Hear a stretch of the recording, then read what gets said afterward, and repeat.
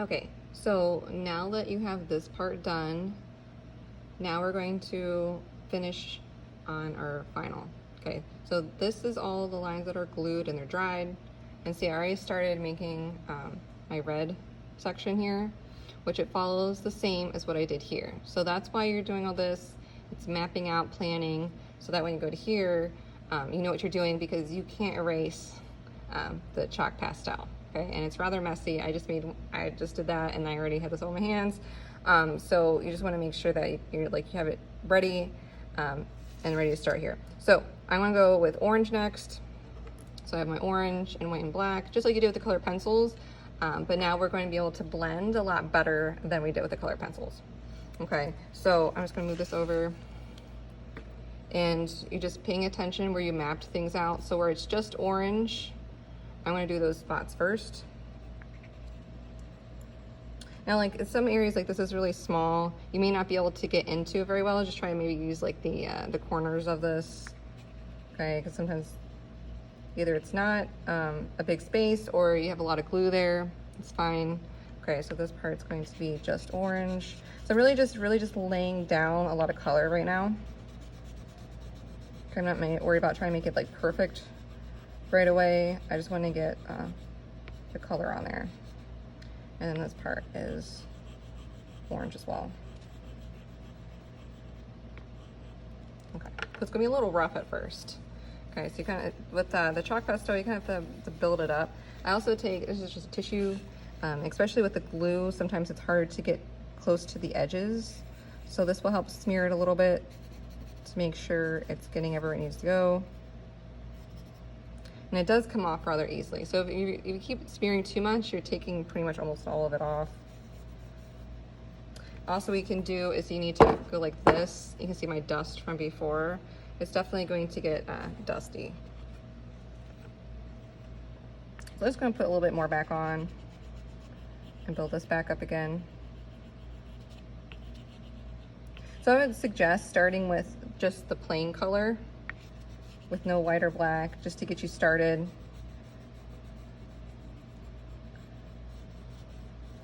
So doing it in this order. And then I would suggest doing the color plus white, and then doing the color in black, okay? Because the black can start kind of spreading everywhere, so kind of minimize that, do that part last. Okay, so now I'm just gonna add, I'm still gonna do for the color plus white, I'm still gonna add the color down first, but just kind of, just really quickly here, just start laying it down, and then I blend it as I go with the white.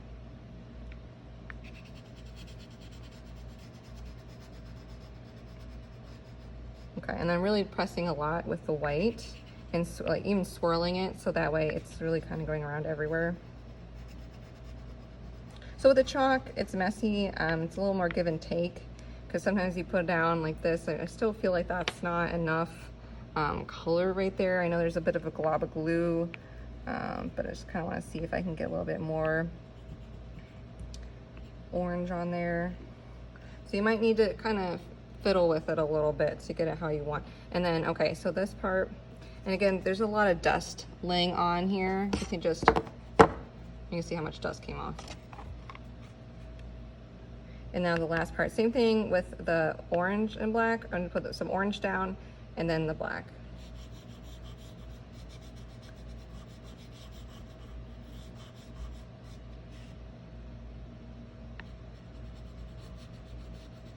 Okay. This one's a little more back and forth because I'm gonna put the black down. You see it's very bold, so I wanna soften it and blend it. So I just kind of blend it with this and go through here.